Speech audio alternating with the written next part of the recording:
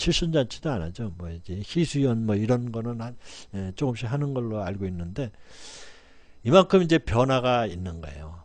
직업이 새로 생기는 게 있는가 하는 반면에 없어지는 부분도 있어요. 그리고 우리나라에는 없지만 외국에 있는 직업들이 이런 부분들이 선별적으로 이제 연구돼서 정리가 되고 있다라는 부분을 말씀을 드리고입니다.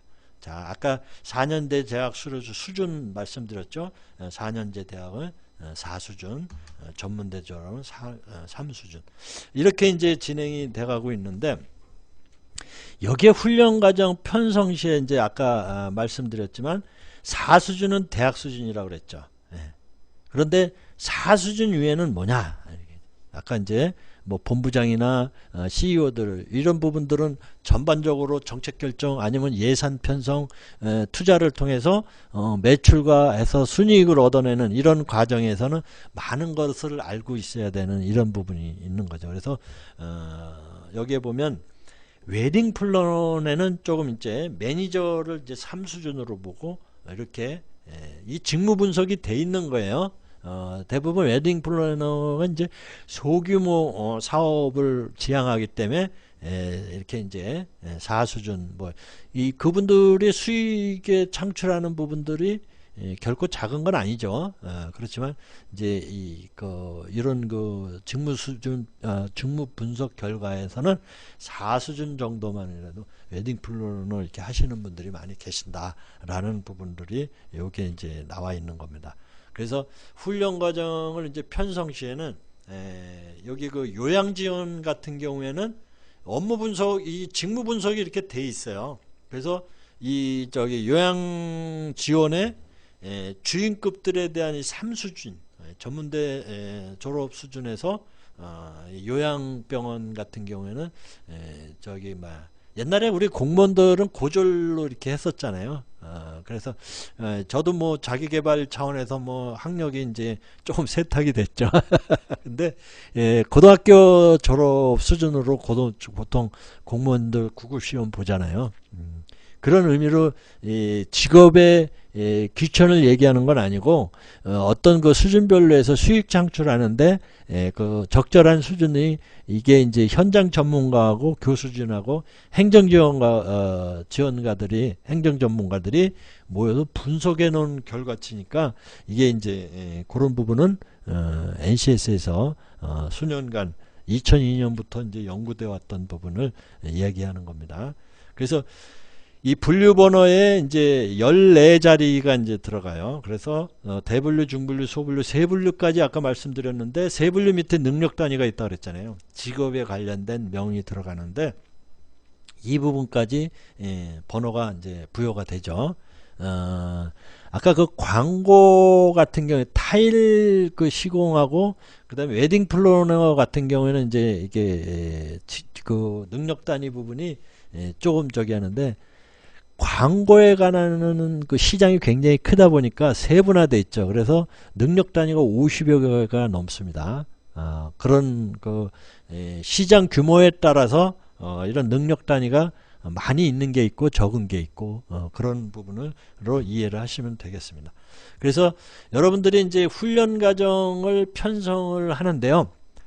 이런 부분을 취업을 하는데 여기까지 알 필요 있냐. 근데 취업 지망을 하던 경단녀든 시니어 되시는 분이든 이 과정을 전반적인 것을 이해를 해야 되는 부분으로 프로그램이 어떻게 진행되고 그 다음에 내가 어떤 로드맵을 가지고 수준을 이렇게 계속 단계별로 가져가려면 이런 부분에 대해서는 어느 정도 알아둘 필요가 있다 이거죠. 지금 여기 제가 이 광의에 그 폭넓게 지금 얘기하고 있는 부분을 메모하고 계시는지 모르겠지만 NCS에 대한 접근이 여러분들 인생을 바꿀 수도 있다라는 거죠. 왜? 아까 말씀드렸잖아요. 과거에는 저 때 2015년 16년 강의하셨던 분들은 이 NCS가 정권이 바뀌면 좀 이렇게 그런 어떤 혼란한 그런 부분들이 있었어요. 아까 잠깐 언급했지만 2013년도에 막 다그치듯이 막 이렇게 그래서 그 당시에 연구 용역이 나가고 할 때 그 비용이 막 이렇게 들쭉날쭉 이렇게 해가지고 교수들이 막 안 하겠다고 막 했었던 그런 시간도 있었다라고 그 당시에 이제 강사분들이 이야기를 하더라고요. 직접 참여하신 분들이 그런 이야기를 하는 거를 제가 강의 시간에 이제 들은 바가 있는데, 여러분들 그 취업준비생, 여러분들 그 자녀들, 저 같은 경우에는 뭐 나름대로 이거를 분석을 해서 뭐 이렇게 이제 준비도 뭐 하고 하겠지만, 또 저 친구들, 지인들, 자녀들, 또 제 자녀도 마찬가지고, 예, 이 경단녀도 이런 그 새로운 그 어떤 직업 창출을 있을 때 자기 취미에 맞는 부분들을 여유롭게 이렇게 가져가면, 그래서 300시간 이상 4수준 이상의 그런 부분들을 이렇게 교육을 받아놓고 준비를 하면 어느 때건 평생 직업으로 그 리크루트에 관련된 뭐랄까 구인구직에 관련돼서는 자신 있게 접근할 수 있기 때문에 이런 부분은 조금 인지할 필요가 있다라는 거죠. 지금 이 단위 하나는 다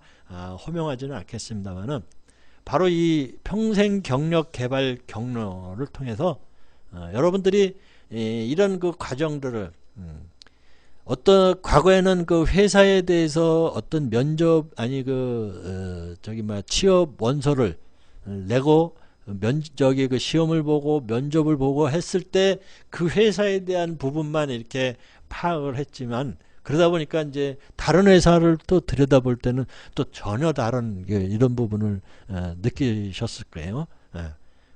그런데 NCS에 관련돼서 어떤 자기 그 직업 취미와 부합되는 이런 부분들을 찾아가다 보면 자기의 그 저기의 취향과 맞고 취미와 맞는, 그리고 재밌게 교육을 받을 수 있는 이런 형태로 가져가기 위해서는 이런 그 루트를 이렇게 알게 되면, 이런 NCS를 좀 알아두면 여러분들의 그 미래에 대한 어떤 불안감은 많이 거칠 것이다라는 생각을 합니다. 그래서 교육훈련기관과 자격검증의 이 활용 패키지를 잘 이렇게 갖고 가시면 취업에 또 미래에 대한 희망, 그래서 이 컨텐츠 개발을 여러분들도 할 수가 있어요. 그 다음에 이제 뭐 교육부에는 이제 평생교육사라고 하는 자격증을 갖고 있는 분들이 있고, 고용노동부는 이제 그 복지부에는 이제 사회복지사 뭐 이런 부분이 있는데, 이런 부분은 대학의 이수학점제로 해서 실습 과정을 거치고 해서 이렇게 국가 자격증을 주잖아요.